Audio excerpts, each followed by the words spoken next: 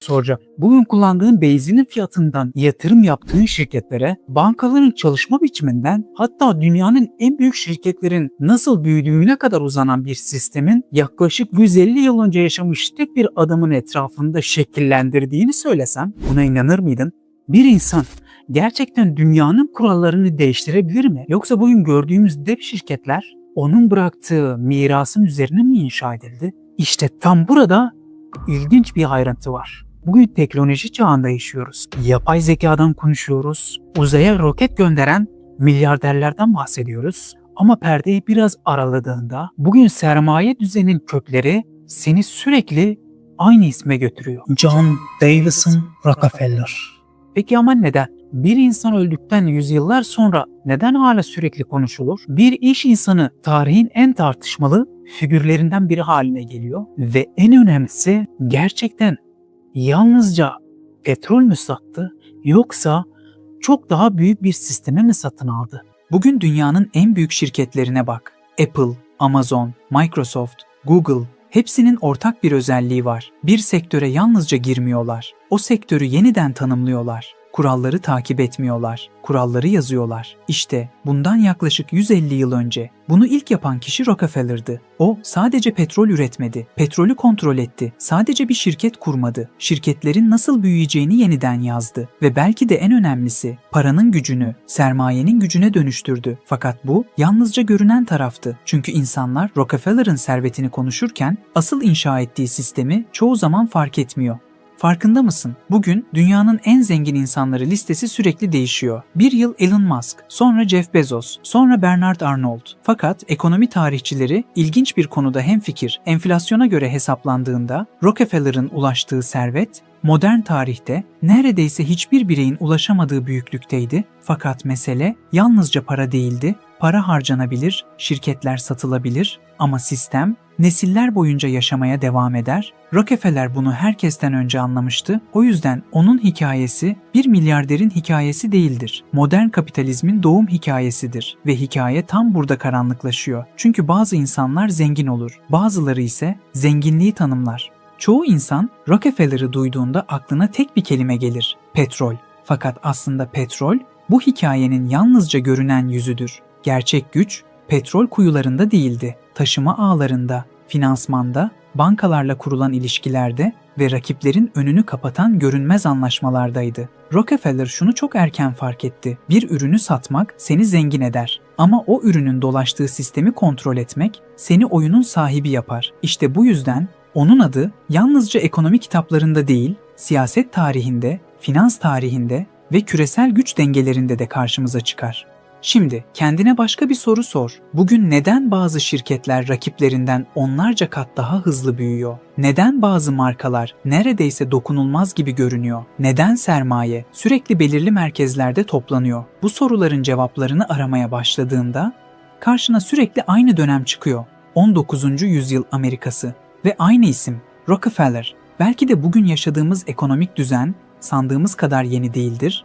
Belki de yalnızca daha modern görünüyordur. Fakat burada çoğu insanın bilmediği bir gerçek var. Rockefeller bu hikayeye milyarlarca dolarla başlamadı. Ne güçlü bir aileden geliyordu ne de hazırda bir servetin üzerine oturmuş. Elinde yalnızca birkaç dolar, bir muhasebe defteri ve sıradan görünen olağanüstü bir disiplin vardı. İnsanlar onun petrolü nasıl ele geçirdiğini konuşuyor. Ama kimse onun zihniyetinin nasıl oluştuğunu konuşmuyor. Çünkü her imparatorluk önce görünmeyen küçük bir alışkanlıkla başlar. Bir sonraki bölümde Rockefeller'in henüz kimsenin tanımadığı genç bir muhasebeciyken attığı o ilk adımı konuşacağız. Ve belki de dünyanın en büyük servetinin ilk doğumunun aslında ne kadar sıradan olduğunu keşfedeceğiz. Eğer bu yeni seriyi kaçırmak istemiyorsan abone olmayı unutma. Çünkü daha fazlası var, daha fazlasını konuşacağız.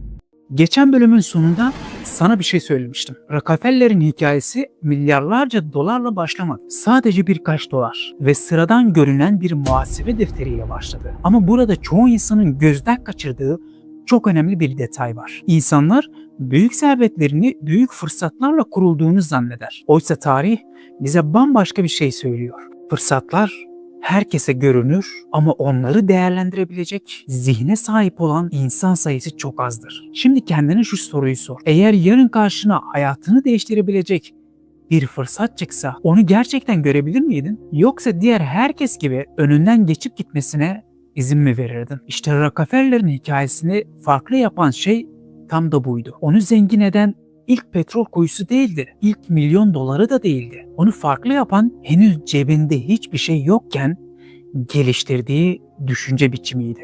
Ve bu düşünce biçimi Amerika'nın küçük bir kasabasında kimsenin dikkatini çekmeyen bir evde şekillenmeye başladı.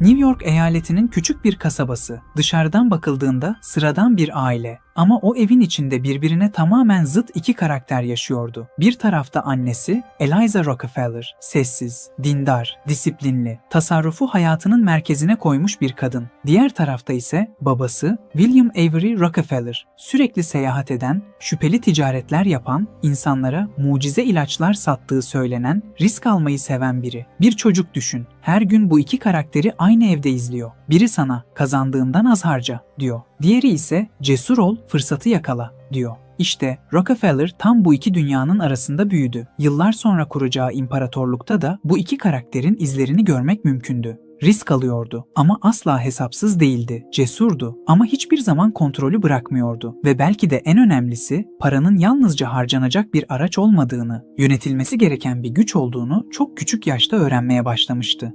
Çoğu biyografi büyük başarılarla başlar. Oysa büyük hikayeler küçük ayrıntılarda saklıdır. Rockefeller henüz çocuk yaşlarındayken komşularına hindi yetiştiriyor, patates satıyor, ufak tefek işler yaparak para kazanmaya çalışıyordu. Bugün bunlar kulağa sıradan gelebilir ama asıl dikkat çekici olan kazandığı para değildi. O paraya nasıl davrandığıydı. Kazandığı her kuruşu not ediyordu. Gelirini yazıyordu, giderini yazıyordu, borcunu yazıyordu, alacağını yazıyordu. Elindeki küçük defter aslında gelecekte kuracağı milyarlarca dolarlık imparatorluğun ilk provasıydı. Çünkü çoğu insan para kazanmaya odaklanır. Rockefeller ise parayı anlamaya çalışıyordu ve para hakkında öğrendiği ilk ders şuydu: kontrol edemediğin hiçbir şeyi büyütemezsin. Bu yüzden önce rakamları kontrol etmeyi öğrendi. Sonra işlerini, en sonunda ise sektörleri. Ama henüz bunun farkında değildi. Çünkü hayatının en önemli dönüm noktası hala karşısına çıkmamıştı. Rockefeller 16 yaşına geldiğinde artık tek bir hedefi vardı: gerçek para kazanmak. Ama ilginç olan şu, o dönemde gençlerin çoğu fabrikalarda çalışmayı ya da çiftçilik yapmayı hayal ediyordu. Rockefeller ise bambaşka bir şey arıyordu. Paranın nasıl hareket ettiğini görmek istiyordu. Günlerce iş aradı, kapı kapı dolaştı, defalarca reddedildi. Her hayır cevabından sonra başka bir kapıyı çaldı. Çünkü o reddedilmeyi başarısızlık olarak görmüyordu. Sadece henüz doğru kapıyı bulamadığını düşünüyordu. Sonunda Cleveland'da küçük bir ticaret şirketinde muhasebe yardımcısı olarak işe kabul edildi. Ama Rockefeller için bu masa bir üniversiteydi. Her gün önüne faturalar geliyordu. Borç kayıtları, kar hesapları, nakliye maliyetleri, faiz oranları, stok hareketleri, insanların yalnızca sonuçlarını gördüğü şirketlerin perde arkasını ilk kez görmeye başlamıştı. Ve tam o günlerde çok önemli bir gerçeği fark etti. Bir şirketi büyüten şey yalnızca satış yapmak değildi, masrafları kontrol edebilmekti. İnsanlar daha fazla kazanmanın yollarını arıyordu. Rockefeller ise daha az kaybetmenin yollarını arıyordu. İşte onu diğerlerinden ayıran zihniyet tam olarak buydu. Şimdi sana garip gelebilecek bir ayrıntı anlatacağım. Rockefeller'ın arkadaşları onu cimri olarak tanımlıyordu. Ama bu kelime aslında gerçeği tam anlatmıyordu. O, parasını harcamaktan korkan biri değildi. Paranın nereye gittiğini bilmeden harcamaktan hoşlanmıyordu. Her kuruşun hesabını tutuyordu. Boş yere borçlanmıyordu. Gösterişten kaçıyordu ve kazandığı paranın önemli bir kısmını biriktiriyordu. Bugün birçok yatırım kitabında anlatılan finansal disiplin, Rockefeller'ın hayatında henüz gençlik yıllarında bir alışkanlığa dönüşmüştü. Çünkü o, zengin olmanın önce banka hesabında değil, karakterinde başladığına inanıyordu. İnsanlar serveti sonuç sanır. Rockefeller ise servetin, disiplinin doğal sonucu olduğunu düşünüyordu. Ve yıllar sonra verdiği bir röportajda bunu şu sözlerle özetleyecekti: büyük şeyleri yönetebilmek için önce küçük şeyleri doğru yönetebilmelisin. Bu yalnızca para için geçerli değildi. Hayatının tamamı bu prensibin üzerine kuruluydu. Fakat henüz hiçbir şey başlamamıştı. Çünkü Amerika'nın kaderini değiştirecek olay toprağın kilometrelerce altında sessizce bekliyordu. Amerika, Pensilvanya, bir sondaj kulesi. Yerin yüzlerce metre altında bekleyen koyu renkli bir sıvıya ulaştı. İnsanlar önce bunun sıradan bir keşif olduğunu düşündü. Ama değildi. O siyah sıvının adı petroldü ve dünya artık eskisi gibi olmayacaktı. Bir anda herkes petrol aramaya başladı. Çiftçiler, maceracılar, tüccarlar, yatırımcılar, herkes aynı hayalin peşindeydi. Bir kuyu bul, zengin ol. Fakat kalabalığın içinde bir kişi vardı ki, o herkesin baktığı yere bakmıyordu. Rockefeller petrol kuyularına değil, petrolün kuyudan çıktıktan sonraki yolculuğuna bakıyordu. Çünkü insanlar petrolü çıkarmaya odaklanmıştı. O ise şu soruyu soruyordu. Asıl para gerçekten toprağın altında mı? İşte bu soru. Dünya tarihinin en büyük şirketlerinden birinin doğmasına neden olacaktı. Çünkü bazen en büyük servet, herkesin koştuğu yerde değil, kimsenin bakmadığı yerde saklıdır. Ve Rockefeller bunu herkesten önce fark etmek üzereydi. Aslında bu bölümde yalnızca genç bir adamın hayatını izlemeden disiplinin, muhasebenin ve sabrın nasıl milyarlarca dolarlık bir imparatorluğun temelini attığını gördüm. Çoğu insan petrol zenginliğinin yerin altında başladığını düşünür. Ama bir sonraki bölümde göreceksin ki Rockefeller'in gerçek serveti petrolü bulmasıyla değil, petrolün asıl değerinin nerede olduğunu anlamasıyla başladı. Ve serinin devamını kaçırmamak için abone olmayı unutma. Geçen bölümün sonunda seni tek bir cümlenin önünde bırakmıştım. Amerika'nın altında keşfedilen siyah bir sıvı dünyanın kaderini değiştirecekti. Peki gerçekten değiştiren şey petrol müydü? Yoksa insanların petrole yüklediği bir anlam mıydı? Yıl 1859. Pensilvanya'nın sessiz kasabalarından biri. Sabah saatleri, kimsenin dikkatini çekmeyen sıradan bir sondaj çalışması devam ediyor. Dakikalar sonra yerin derinliklerinden koyu bir sıvı yükselmeye başladı. O an orada bulunan insanlar yalnızca yeni bir maden bulduğunu düşündüler. Ama tarihin bakış açısı çok farklıydı. Çünkü o gün keşfedilen şey sadece petrol değildi. İnsanlığın enerji anlayışı, sanayi düzeni ve küresel ekonomisi yeni bir döneme giriyor. Fakat ilginç olan bu keşfin kendisi değildi. İnsanların verdiği tepkiydi. Çünkü birkaç gün içinde ülke tarihin gördüğü en büyük servet çılgınlıklarından birinin içine sürüklendi. Gazeteler her gün yeni kuyulardan bahsediyordu. Yeni rezerv bulundu. Bir çiftçi birkaç haftada servet kazandı. Petrol yeni altın. Bu manşetler yalnızca haber vermiyordu. İnsanların hayallerini satın alıyordu. Binlerce kişi yaşadığı şehri terk etti. Çiftçiler toprağını sattı. Tüccarlar işlerini bıraktı. Yatırımcılar bütün birikimlerini petrol bölgelerine taşıdı. Pensilvanya'nın küçük kasabaları kısa sürede insan seline dönüştü. Hanlar doldu. Araziler birkaç katına satıldı. Herkes aynı cümleyi kuruyordu. Bir kuyu bulursam hayatım sonsuza kadar değişecek. Fakat tarih bize gösteriyor ki büyük servet dönemlerinde insanların yaptığı en büyük hata herkesin aynı yöne koşmasıdır. Çünkü petrol bulmak zengin olmanın garantisi değildi. Birçok kuyu haftalar içinde kurudu. Bazı girişimciler bütün sermayesini tek bir sondajda kaybetti. Petrol bulanların bir kısmı ise başka bir sorunla karşılaştı. Çıkardıkları petrolü satamıyorlardı çünkü üretmek başka şeydi. Onu ekonomik değere dönüştürmek bambaşka bir şeydi ve tam bu noktada hikayeye henüz sahneye çıkmamış bir adam dahil olacaktı. O günlerde John Davison Rockefeller Pensilvanya'da değildi. Ne elinde kazma vardı, ne de petrol kuyularının başında bekliyordu. O, Cleveland'daki küçük ofisinde oturmuş, sessizce hesap yapıyordu. Gazetelerdeki haberleri okuyordu. Petrol fiyatlarını inceliyordu. Şirketlerin mali tablolarını karşılaştırıyordu. Çünkü onun ilgisini çeken şey petrolün kendisi değildi. Petrolün oluşturacağı yeni ticaret düzeniydi. Bir süre sonra önündeki rakamlar ona tek bir gerçeği gösterdi. İnsanlar petrolü çıkarmanın peşindeydi. Ama hiç kimse petrol kuyudan çıktıktan sonra ne olacağını konuşmuyordu. Ham petrolün rafine edilmesi gerekiyordu. Depolanması gerekiyordu. Varillere doldurulması gerekiyordu. Demir yollarıyla taşınması gerekiyordu. Sonra ülkenin dört bir yanına dağıtılması gerekiyordu. Rockefeller ilk kez burada büyük resmi gördü. Asıl fırsat toprağın altında değil, petrolün geçtiği bu uzun yolun içindeydi ve belki de o an dünya tarihinin en güçlü şirketlerinden birinin ilk fikri zihninde oluşmaya başladı. Rockefeller'ın gördüğü şey bir petrol kuyusundan çok daha büyüktü. Çünkü ham petrol yerin altından çıktığı haliyle neredeyse işe yaramıyordu. Onun önce rafinerilere gitmesi gerekiyordu. Burada gaz yağına ve diğer ürünlere ayrıştırılıyor, ardından varillere doldurulup demir yollarıyla ülkenin dört bir yanına gönderiliyordu. Yani bir varil petrolün gerçek yolculuğu kuyuda değil, kuyudan çıktıktan sonra başlıyordu. Rockefeller tam da bu zinciri inceledi. Rafineriler verimsiz çalışıyordu. Birçoğu petrolün önemli bir kısmını israf ediyordu. Nakliye maliyetleri sürekli değişiyordu. Üreticiler birbirleriyle fiyat kırarak rekabet ediyor, sonunda çoğu zarar ediyordu. Ortada büyük bir servet vardı ama ortada büyük bir düzensizlik de vardı. İnsanlar petrolü konuşuyordu. Rockefeller ise maliyetleri konuşuyordu. İnsanlar yeni kuyular açmanın peşindeydi. O ise mevcut sistemi daha verimli hale getirmenin yollarını arıyordu. Belki de onu diğerlerinden ayıran en önemli özellik buydu. O hiçbir zaman yalnızca para kazanmaya çalışmadı. Önce sistemi anlamaya çalıştı. Çünkü biliyordu, bir sistemi anlayan kişi bir gün onu değiştirebilirdi.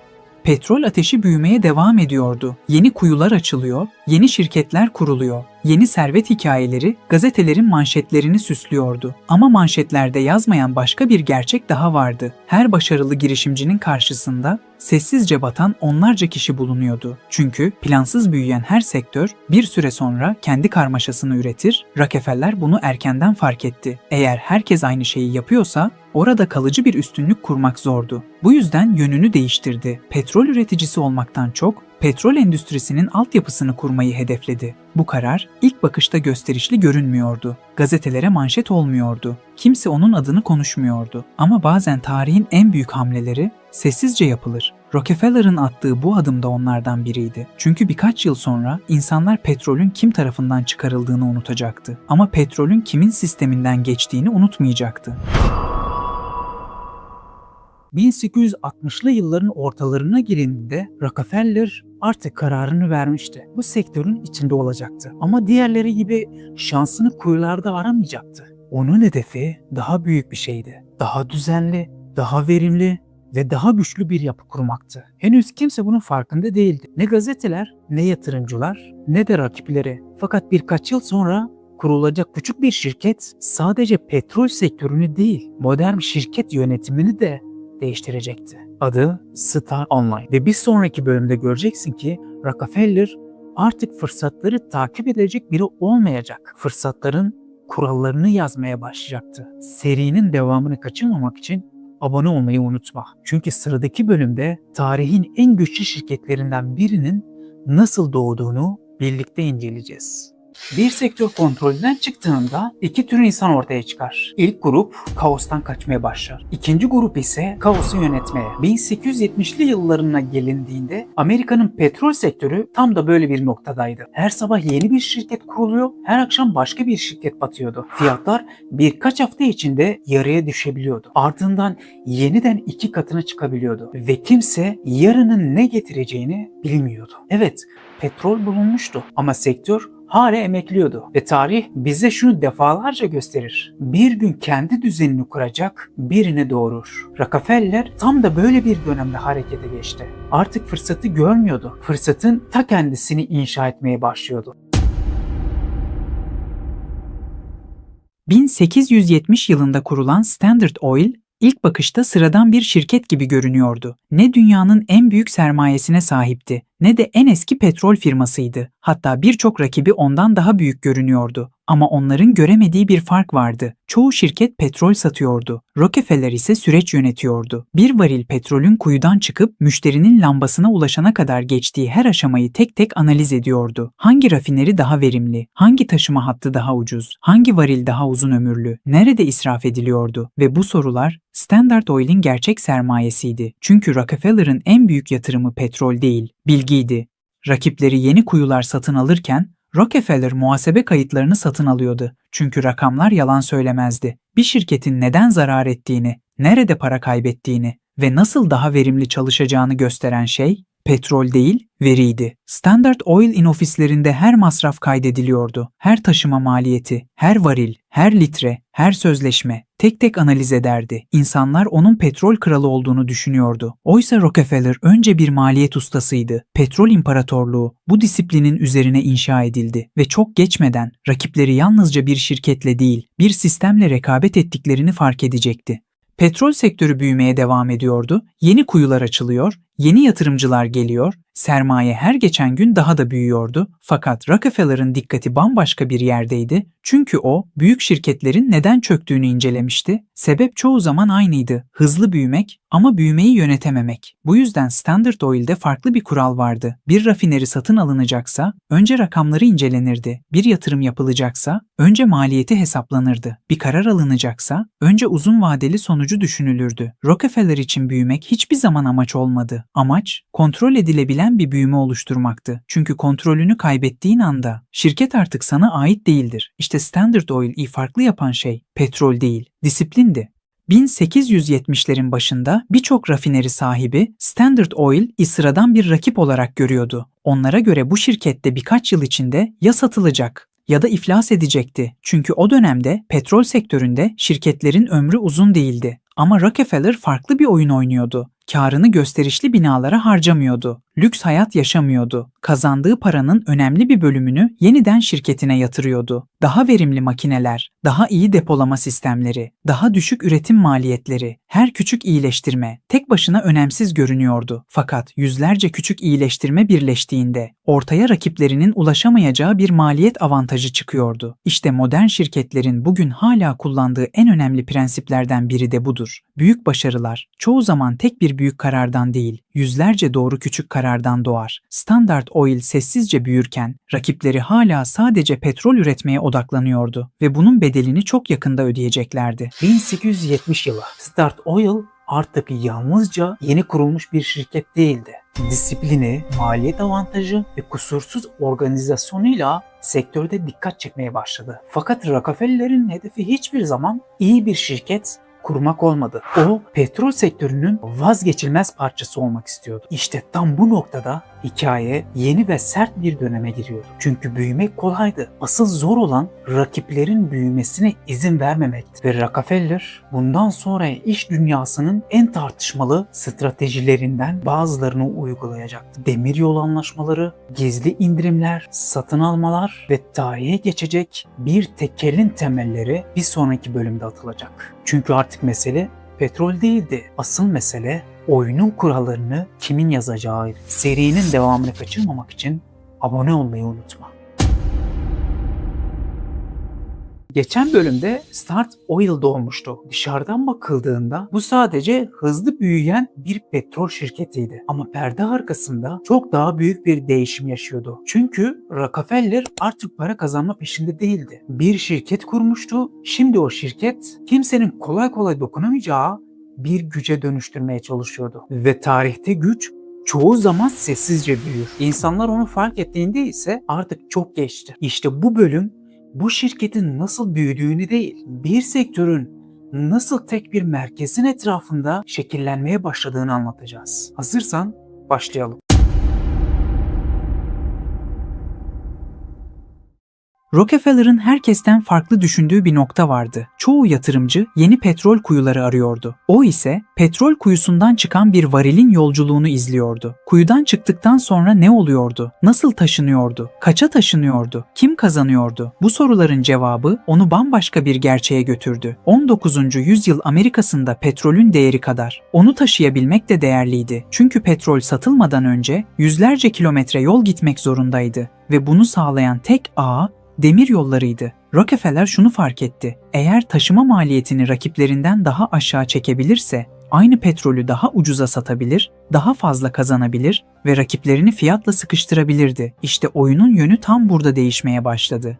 Rockefeller, demiryolu şirketlerinin kapısını çaldığında elinde silah yoktu, tehdit yoktu, sadece rakamlar vardı. Demiryolu yöneticilerine basit bir teklif sundu. Petrolümün büyük bölümünü sizin hatlarınızdan taşıyacağım. Bunun karşılığında bana özel fiyat verin. Aslında büyük müşterilere indirim yapmak o dönem ticarette alışılmadık bir durum değildi. Demiryolu şirketleri de sürekli ve yüksek hacimli yük taşımayı garanti altına almak istiyordu. Bu yüzden Standard Oil önemli taşıma indirimleri elde etti. Fakat sorun şuydu: küçük rafineriler aynı şartları elde edemiyordu. Onlar aynı varili taşımak için daha fazla ödeme yapıyordu. Aradaki fark ilk bakışta küçük görünüyordu ama binlerce varil taşındığında bu fark milyonlarca dolarlık bir avantaja dönüşüyordu. İnsanlar hala Rockefeller'ın petrol sattığını sanıyordu. Oysa Rockefeller maliyeti satıyordu ve maliyeti kontrol eden fiyatı kontrol etmeye başlıyordu. Tam da bu yüzden rakipleri henüz ne olduğunu anlayamamıştı. Ama çok yakında Standard Oil'in karşısında durmanın neden her geçen gün daha zor hale geldiğini acı bir şekilde öğreneceklerdi. 1872 yılı petrol sektörü zor günlerden geçiyordu. Fiyatlar düşüyor. Kar marjları eriyor. Birçok rafineri ayakta kalabilmek için mücadele ediyordu. Tam da böyle bir dönemde Rockefeller harekete geçti. Fakat ilginç olan şuydu: kapıları kırarak içeri girmedi. Kapıları çaldı, rafineri sahiplerinin karşısına oturdu. Defterlerini inceledi. Sonra sakin bir şekilde konuştu. "Bana katıl, şirketini Standard Oil'e sat. Ya birlikte büyüyeceğiz ya da tek başına bu fırtınaya karşı duracaksın." Bazıları bu teklifi kabul etti. Çünkü piyasadaki belirsizlik içinde Standard Oil'in sunduğu güven daha cazip görünüyordu. Bazıları ise reddetti. Şirketlerini bağımsız tutmak istediler. Ama piyasa her geçen ay daha da sertleşiyordu ve Rockefeller bunun henüz başlangıç olduğunu biliyordu. Sadece birkaç ay içinde Cleveland'daki onlarca rafineri ya Standard Oil'e katıldı ya da faaliyetlerini durdurdu. Bu süreç daha sonra tarihe Cleveland Massacre adıyla geçti. Aslında ortada fiziksel bir saldırı yoktu. Bu isim çok sayıda bağımsız rafinerinin kısa sürede piyasadan çekilmesini anlatmak için kullanıldı. Rockefeller'ın destekçileri farklı düşünüyordu. Onlara göre dağınık ve verimsiz işletmeler birleşiyor. Petrol sektörü daha düzenli ve daha verimli hale geliyordu. Eleştirenler ise aynı olaya başka bir gözle bakıyordu. Onlara göre piyasadaki seçenekler her geçen gün azalıyordu. İşte Rockefeller'ın mirası da tam burada ikiye ayrılıyor. Kimileri onu verimliliğin mimarı olarak görüyor. Kimileri ise rekabetin sınırlarını zorlayan adam olarak. Aradan geçen 150 yıldan fazla zamana rağmen bu tartışma hala bitmiş değil. Standard Oil artık yalnızca büyüyen bir şirket değildi. Her yeni anlaşma, her satın alma, her geçen gün Rockefeller'in etkisini daha da arttırıyordu. Artık rakipleri onunla rekabet etmiyordu. Ona göre hareket ediyordu. Ve işte tam bu noktada Rockefeller'in hayatında en büyük değişim başladı. Çünkü bir süre sonra para kazanmak için çalışmayı bıraktı. Kendi adına çalışmasını sağladı. İşte o andan itibaren Rockefeller artık başarılı bir iş insanı olmaktan çıktı. Dünyanın gördüğü en büyük kişisel servetlerden birinin sahibi olmaya doğru yürümeye başladı. Ama ilginç olan, onun en büyük problemi artık rakipleri değildi. Çünkü zirveye çıktığında insan aşağı değil, yukarıya bakmaya başlar. Ve Rockefeller'in önünde tek bir hedef kalmıştı. Daha fazla şirket değil, daha önce hiçbir insanın ulaşamadığı bir servet. Peki bir insanın gerçekten ne kadar zengin olabileceğinin bir sınırı var mıdır? İşte bunu bir sonraki bölümde göreceğiz. Serinin devamını kaçırmamak için abone ol. Bir insanın gerçekten ne kadar zengin olabileceğini hiç düşündün mü? Hayır. Banka hesabındaki rakamlardan bahsetmiyorum. Öyle bir servetten bahsediyorum ki bir sektörde alınacak kararlar senin çıkarlarını hesaba katmadan verilmesin. Öyle bir güçten bahsediyorum ki gazeteler her adımını yazsın. Bankacılar seninle çalışmak istesin. Siyasetçiler ise seni görmezden gelemeyeceğini anlasın. Geçen bölümün sonunda Rockefeller'in artık rakipleriyle yarışmayı bırakmıştı. Çünkü yarış bitmişti. Standard Oil, Amerika'nın petrol sektöründe en baskın güç haline gelmişti. Ama asıl soru şimdi başlıyordu. Bir insan bu kadar büyük bir gücü nasıl paraya dönüştürdü? Ve daha da önemlisi, paranın bir sınırı var mıydı? 1870'lerin sonuna gelindiğinde Standard Oil yalnızca daha fazla petrol satmıyordu. Şirket büyüdükçe maliyetler düşüyor, kar artıyor, artan kar ise yeni yatırımlara dönüşüyordu. Her yeni rafineri bir sonrakini finanse ediyordu. Her yeni satın alma şirketin pazarlık gücünü biraz daha artırıyordu. Rockefeller artık yalnızca çalışan bir iş insanı değildi. Kurduğu sistem onun adına çalışıyordu. İşte büyük servetlerin en önemli özelliği budur. Bir noktadan sonra insan para kazanmaz. Para insan için kazanmaya başlar ve Rockefeller bunu herkesten önce anlamıştı. 1880'lere gelindiğinde Standard Oil, Amerika'da rafine edilen petrolün yaklaşık %90'ını kontrol ediyordu. Bu oran tarihçiler arasında küçük farklılıklarla tartışılsa da şirketin sektörde olağanüstü bir hakimiyet kurduğu konusunda geniş bir fikir birliği vardır. Böyle bir güç doğal olarak büyük bir servet üretti. Rockefeller'ın kişisel varlığı her geçen yıl katlanarak büyüyordu. Artık gazeteler onun ne kadar kazandığını yazmaya yetişemiyordu. Çünkü rakamlar sıradan insanların hayal edebileceği sınırların dışına çıkmıştı. Fakat ilginç olan Rockefeller'ın zenginliği değildi. İlginç olan bu servetin yalnızca petrolden değil, kurduğu sistemden doğmuş olmasıydı. Ve tam da bu yüzden artık insanlar onun servetini konuşmuyordu. Onun gücünü konuşmaya başlamışlardı. John D. Rockefeller artık yalnızca Amerika'nın değil, dünyanın en zengin insanı olarak anılıyordu. Serveti o kadar büyümüştü ki gazeteler rakamları yazıyor. İnsanlar ise bu rakamların ne ifade ettiğini hayal bile edemiyordu. Bugün tarihçiler onun servetini farklı yöntemlerle hesaplıyor. Enflasyona göre yapılan hesaplamalar, milli gelir içindeki payı, ekonomiye etkisi, hangi yöntem kullanılırsa kullanılsın, ortak nokta değişmiyor. Rockefeller, modern tarihin gördüğü en büyük kişisel servetlerden birini oluşturdu. Ve bu servet sadece cebindeki para değildi. Amerikan ekonomisinin önemli bir bölümünü etkileyebilecek ölçekte bir güçtü. İnsanlar büyük servetlerin daha fazla para kazanmak için kurulduğunu düşünür. Ama tarihe baktığında ilginç bir gerçek görürsün. Belirli bir noktadan sonra para artık hedef olmaktan çıkar, bir araca dönüşür. Rockefeller de tam bu noktaya ulaşmıştı. Artık onun için önemli olan bir sonraki $1.000.000 değildi. Sistemin ne kadar istikrarlı çalıştığıydı. Şirketlerini yeniden yapılandırıyor, yöneticilerine yetki veriyor, her ayrıntıyı rakamlarla takip ediyordu. Çünkü biliyordu ki büyük servetler tesadüfen büyümez, disiplinle korunur ve işte bu disiplin onu diğer sanayicilerden ayıran en büyük özelliklerden biri oldu. Ama tarihin değişmeyen bir kuralı vardır. Güç büyüdükçe dikkat de büyür. Standard Oil artık yatırımcıların konuştuğu bir şirket değildi. Gazeteciler onu araştırıyordu. Bağımsız şirketler şikayet ediyordu. Siyasetçiler tek bir şirketin bu kadar ekonomik bir güce sahip olmasını acımasızca tartışmaya başlamıştı. Rockefeller zirvedeydi. Belki de ulaşabilecek en yüksek noktadaydı. Ama zirvede manzara değişir. Artık aşağıdaki rakiplerini değil, karşında duran devleti görmeye başlarsın. Ve Rockefeller'in hayatındaki en büyük mücadele petrol kuyularında başlamayacaktı. Mahkeme salonlarında başlayacaktı. Çünkü bir sonraki bölümde tarihte en güçlü şirketlerden biriyle devlet ilk kez doğrudan karşı karşıya gelecekti. Seriyi kaçırmamak için abone olmayı unutma. Bir şirket ne zaman bir devlet için tehdit haline gelir? Çok para kazandığında mı? Yüz binlerce insanı istihdam ettiğinde mi? Yoksa bir gün devlet bile o şirketin vereceği kararlardan etkilenmeye başladığında mı? Geçen bölümün sonunda Rockefeller ulaşılması imkansız görünen bir zirveye ulaşmıştı. Serveti büyümüştü, Standard Oil büyümüştü. Onunla birlikte başka bir şey daha büyüdü: endişe. Çünkü insanlar ilk kez şunu konuşmaya başlamıştı: bu şirket nasıl bu kadar güçlü bir şirket olabildi? Bu soru yalnızca gazete manşetlerinde yazılmadı. Amerika'nın bütün caddelerinde yankılanıyordu. Rockefeller yıllarca rakipleriyle mücadele etmişti. Şimdi ise karşısında satın alamayacağı, ikna edemeyeceği ve pazarlık masasına oturtamayacağı yeni bir rakip vardı: devlet.